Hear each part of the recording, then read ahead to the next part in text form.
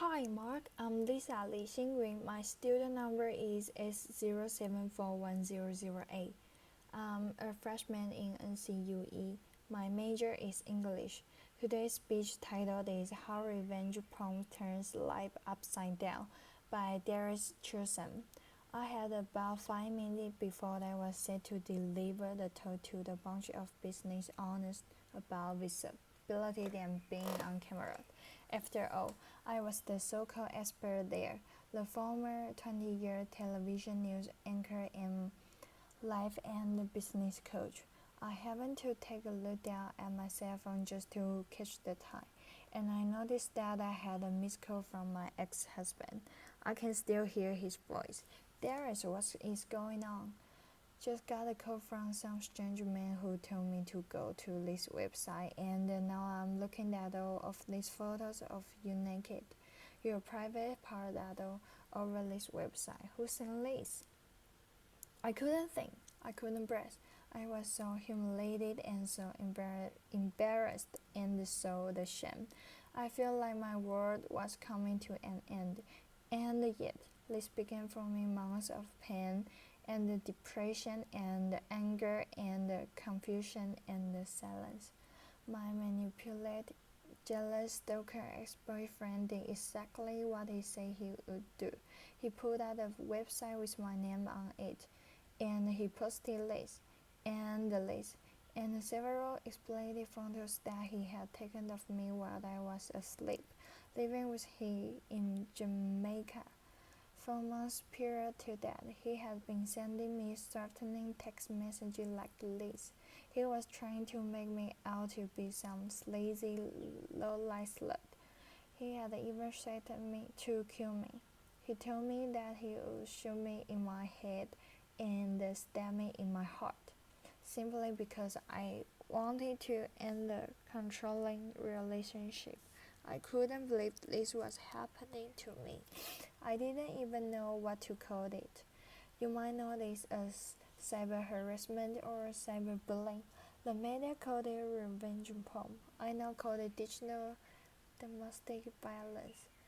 It typically stems from a relationship gone bad where the controlling, the ex-lover can handle rejection.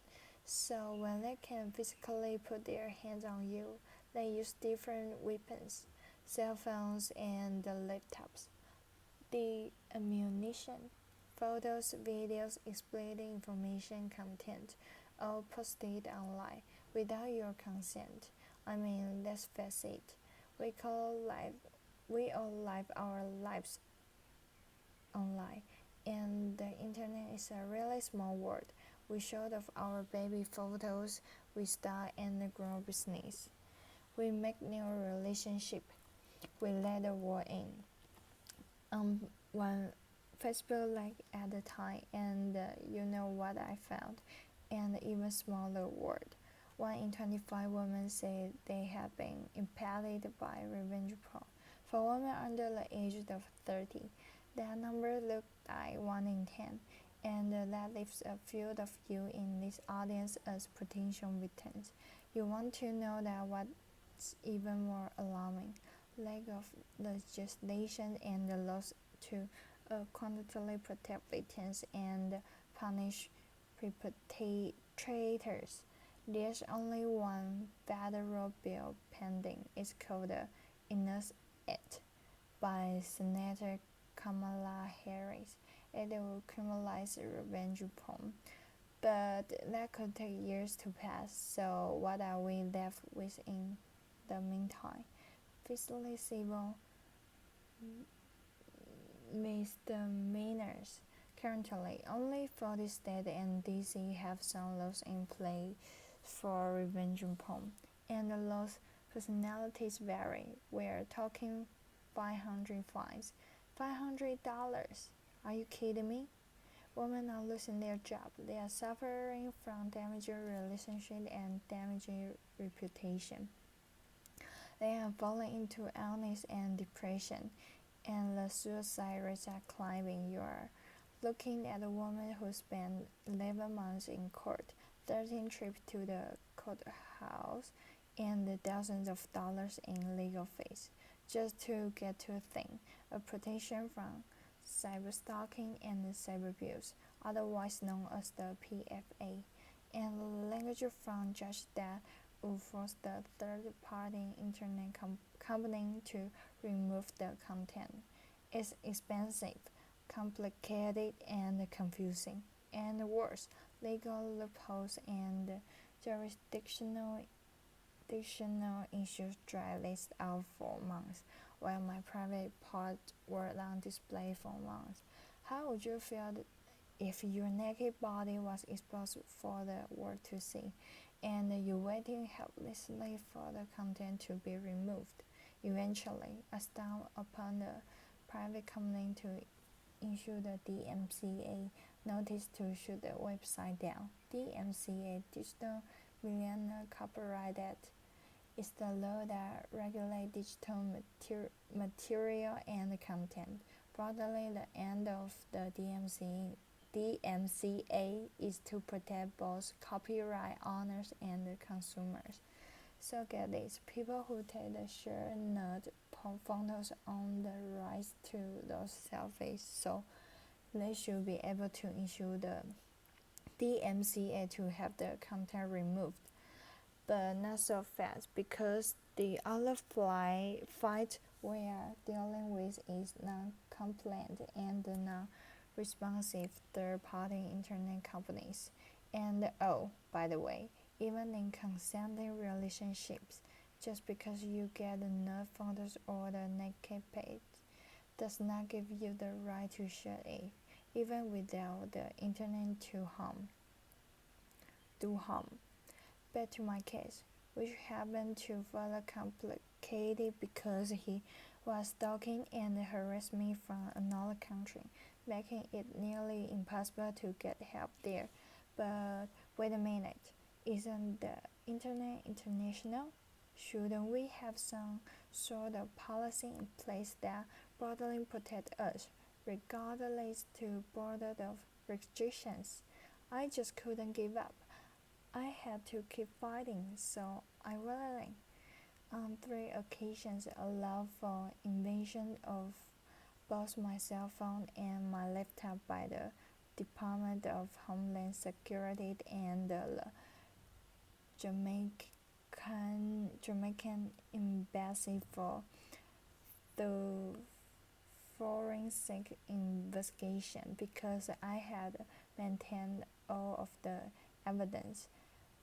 I painstakingly shared my private part with the all-male investigative team, and it was an embarrassing, humiliating, additional hoop to jump through.